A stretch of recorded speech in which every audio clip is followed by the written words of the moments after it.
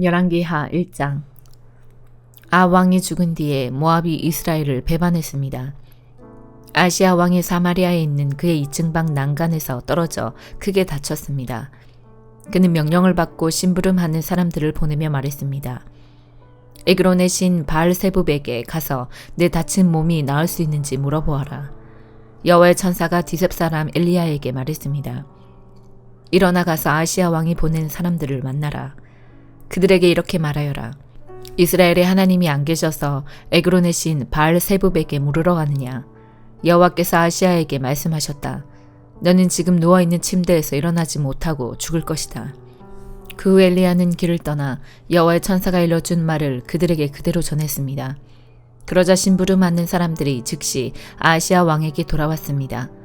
아시아 왕이 그들에게 물었습니다. 왜 돌아왔느냐? 그들이 대답했습니다. 어떤 사람이 우리에게 오더니 왕께 이렇게 전하라고 했습니다. 여호와께서 말씀하셨다. 이스라엘의 하나님이 안 계셔서 에그론의 신 바알세붑에게 물으러 가느냐. 그러므로 너는 지금 누워있는 침대에서 일어나지 못하고 죽을 것이다. 아시아 왕이 그들에게 물었습니다. 그대들을 만나서 그 말을 한 사람이 어떻게 생겼더냐. 심부름하는 사람들이 대답했습니다. 그 사람은 트롯을 입고 허리에는 가죽띠를 메고 있었습니다. 아시아 왕이 말했습니다. 그 사람은 디셉 사람 엘리야다. 아시아 왕이 50부장과 그의 부하 50명을 엘리야에게 보냈습니다. 그들이 갔을 때 엘리야는 산 꼭대기에 앉아 있었습니다. 50부장이 엘리야에게 말했습니다. 하나님의 사람이여 왕이 내려오라고 말씀하셨소. 엘리야가 대답했습니다. 내가 하나님의 사람이라면 하늘에서 불이 내려와 너와 네 부하 50명을 태워버릴 것이다. 그러자 하늘에서 불이 내려와 50부장과 그의 부하 50명을 태워버렸습니다. 아시아 왕이 다른 50부장과 그의 부하 50명을 엘리야에게 보냈습니다. 50부장이 엘리야에게 말했습니다. 하나님의 사람이여 왕의 말씀이여 어서 내려오시오. 엘리야가 대답했습니다. 내가 하나님의 사람이라면 하늘에서 불이 내려와 너와 네 부하 50명을 태워버릴 것이다. 그러자 또 하늘에서 불이 내려와 50부장과 그의 부하 50명을 태워버렸습니다. 아시아 왕이 세 번째로 또 다른 50부장과 그의 부하 50명을 엘리야에게 보냈습니다. 세 번째 50부장이 가서 엘리야 앞에 무릎을 꿇었습니다. 그가 엘리야에게 빌었습니다. 하나님의 사람이여 내 목숨과 내 부하 50명의 목숨을 하찮게 여기지 말아주십시오. 보십시오. 하늘에서 불이 내려와 먼저 왔던 2명의 50부장과 그들의 부하들을 다 태워버렸습니다. 그러나 이번에는 제 목숨을 귀하게 여겨주십시오. 여호와의 천사가 엘리야에게 말했습니다. 저 사람과 함께 가거라. 저 사람을 두려워하지 마라. 그리하여 엘리야가 일어나 그 사람과 함께 왕을 보러 갔습니다. 엘리야가 아시아 왕에게 말했습니다. 여호와께서 이렇게 말씀하셨소. 너는 에그론의 신 바알세붑에게 네 병에 관해 물어보려고 사람들을 보냈다. 이스라엘에는 여쭈어 볼 하나님이 계시지 않다고 생각했느냐. 그러므로 너는 네 병상에서 일어나지 못하고 죽을 것이다. 아시아 왕은 여호와께서 엘리야를 통해 하신 말씀대로 죽었습니다. 아시아 왕은 아들이 없었으므로 여호람이 아시아의 뒤를 이어 왕이 되었습니다. 그때는 여호사밧의 아들 여호람이 유다의 왕으로 있은 지 2년째 되던 해였습니다. 아시아가 행한 다른 모든 일은 이스라엘 왕들의 역사책에 적혀 있습니다. 데살로니가후서 1장. 바울과 실로아노와 디모데는 하나님 우리 아버지와 주 예수 그리스도 안에 있는 데살로니가 교회에 편지를 보냅니다. 하나님 아버지와 주 예수 그리스도의 은혜와 평화가 여러분에게 가득하기를 빕니다. 우리는 여러분을 생각할 때마다 하나님께 늘 감사드립니다. 여러분의 믿음이 더욱더 자라고 서로에 대한 사랑도 점점 커가고 있다고 하니 하나님께 감사드리는 것은 당연한 일입니다. 우리는 여러분이 심한 핍박을 받고 많은 어려움을 겪으면서도 믿음을 굳게 지키고 있는 것을 다른 교회에 자랑하였습니다. 이 모든 것이 하나님께서 바르게 심판해 주시는 것을 증언하고 있습니다. 하나님께서는 여러분이 고난을 겪는 것을 통해 하나님 나라에 들어갈 자격을 얻게 하십니다. 또한 여러분에게 괴로움과 고통을 준 사람들에게 그대로 갚으십니다.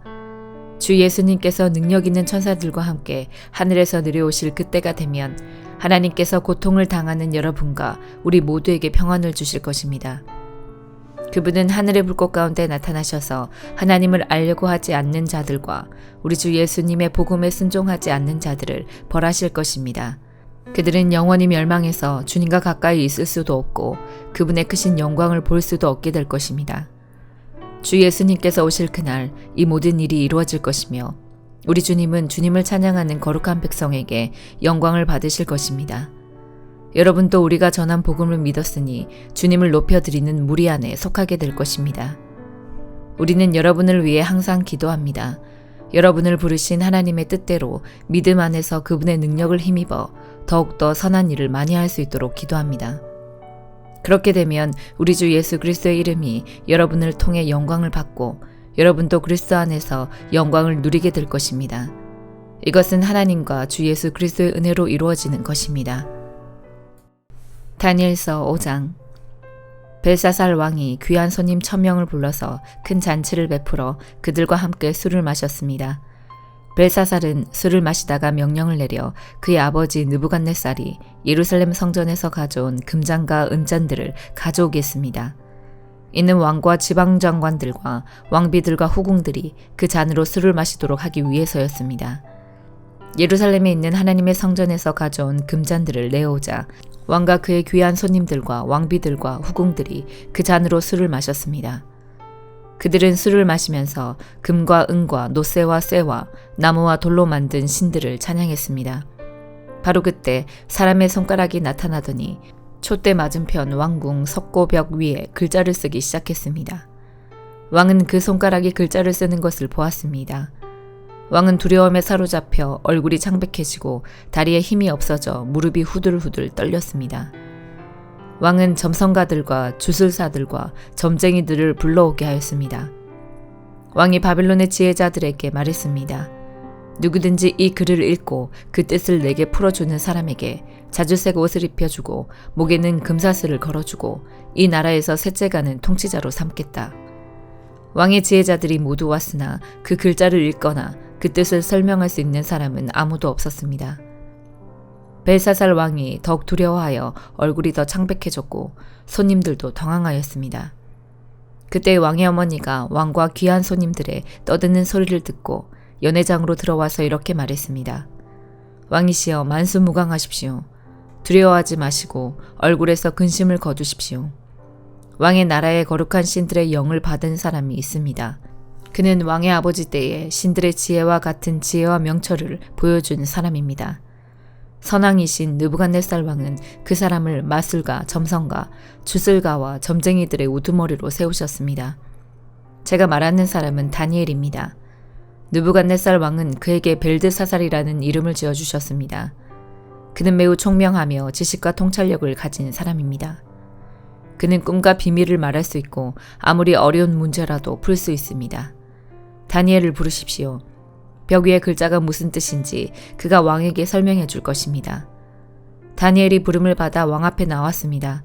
왕이 그에게 물었습니다. 네 이름이 다니엘이냐? 네가 내 부왕이 유다에서 들여온 포로 가운데 한 사람이냐? 네 안에 신들의 영이 있다는 말을 들었다. 네가 매우 총명하며 지식과 통찰력이 있다는 말도 들었다. 내가 지혜자들과 마술사들을 불러 벽에 적힌 이 글자를 읽고 그 뜻을 말해보라고 했으나 아무도 설명하지 못했다. 그런데 너는 해석을 잘하고 어려운 문제도 잘 푼다고 들었다. 그러니 벽 위에 적힌 글을 읽고 설명해 보아라. 네가 그렇게만 할 수 있다면 내가 너에게 자주색 옷을 입혀주고 목에는 금사슬을 걸어주고 이 나라의 셋째가는 통치자로 삼아주겠다. 다니엘이 왕에게 대답했습니다. 선물은 왕이 가져가시고 상도 다른 사람에게 주십시오. 하지만 나는 왕을 위해 벽 위에 글을 읽고 그 뜻을 풀어드리겠습니다.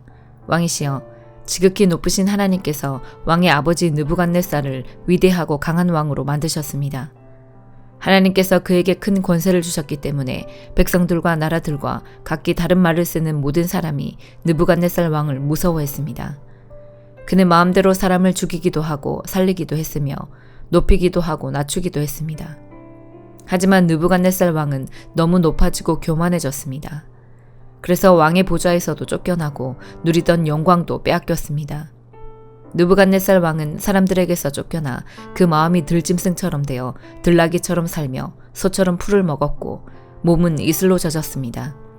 그러다가 비로소 지극히 높으신 하나님께서 인간의 나라를 다스리신다는 것과 하나님의 마음에 드는 사람에게 그 나라를 주신다는 것을 알게 되었습니다. 느부갓네살의 자손인 벨사살 왕이시여, 왕께서는 이 모든 일을 알면서도 마음을 낮추지 않으셨습니다. 오히려 하늘의 주를 거스르고 주의 성전에 있던 잔들을 가져오게 하여 귀한 손님들과 왕비들과 후궁들과 함께 그 잔으로 술을 마셨습니다. 그리고 왕은 왕의 생명과 왕이 하시는 모든 일을 다스리시는 하나님을 섬기지 않고 은과 금과 노쇠와 쇠와 나무와 돌로 만든 신들을 찬양하였습니다. 보지도 못하고 듣지도 못하고 아무것도 깨닫지 못하는 그것들은 참신이 아닙니다. 그래서 하나님께서 이 손을 보내셔서 벽에 글자를 쓰게 하신 것입니다. 벽에 적힌 글자는 메네 데겔 바르신입니다. 그 뜻은 이렇습니다. 메네는 하나님께서 왕의 나라의 끝날을 정하셨다는 뜻입니다. 데겔은 왕이 저울 위에 달리셨는데 무게가 모자란다는 뜻입니다. 바르신은 왕의 나라가 나뉘었다는 뜻입니다. 왕의 나라는 메대와 페르시아 사람들에게 넘어갈 것입니다. 이에 벨사살이 명령을 내려 다니엘에게 자주색 옷을 입히고 금사슬을 목에 걸어주고 그를 나라의 셋째가는 통치자로 세웠습니다. 바로 그날 밤에 바빌로니아의 왕 벨사살이 죽임을 당했습니다. 메대 사람 다리오가 새 왕이 되었습니다. 다리오의 나이는 62세였습니다. 시편 110편. 여호와께서 나의 주께 말씀하십니다. 내가 너의 원수들을 너의 발판이 되게 하기까지 너는 내 오른편에 앉아 있어라. 여호와께서 권능의 지팡이를 시온에서부터 널리 보내시니 주께서 주의 원수들을 다스리실 것입니다. 주의 백성이 스스로 원하여 주의 권능의 날에 참여할 것입니다. 거룩하고 위엄있게 단장한 새벽에 맺히는 이슬처럼 신선한 청년들이 주님께 나올 것입니다. 여호와는 맹세하시고 자기 마음을 바꾸지 않으실 것입니다. 너는 영원한 제사장이다.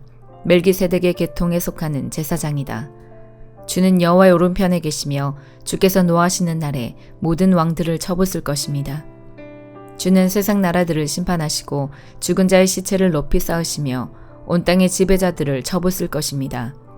주는 길 옆에 있는 시냇물을 마실 것이며 머리를 높이 드시고 계속 승리하실 것입니다. 시편 111편. 여호와를 찬양하십시오. 내가 마음을 다하여 여호와를 높입니다. 정직한 자들의 모임에서 여호와를 높이 찬양하겠습니다. 여호와께서 행하신 일들은 위대합니다. 그것들을 생각할수록 기쁩니다. 주의 일들은 영광스럽고 위엄이 있습니다. 그분의 의로우심은 영원합니다. 사람들이 주께서 행하신 기적들을 기억합니다. 여호와는 은혜롭고 자비로우십니다. 여호와께서는 주를 두려워하는 자들에게 양식을 주시며 그 언약을 영원히 기억하십니다.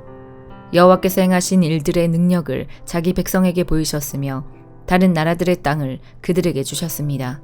그 손으로 행하신 일들은 신실하고 정의로우며 그 모든 교훈들은 믿을 수 있습니다. 여호와의 일들은 영원토록 흔들리지 않으며 신실함과 올바른 가운데서 행해지고 있습니다. 여호와께서 그 백성에게 구원을 베푸시고 주는 주의 언약을 영원히 세우셨습니다. 주의 이름은 거룩하고 위엄이 있습니다. 여호와를 높이고 두려워하는 것이 지혜의 시작이며 그분의 교훈을 따르는 자마다 좋은 분별력을 갖게 됩니다. 영원히 여호와를 찬양합니다. 아멘.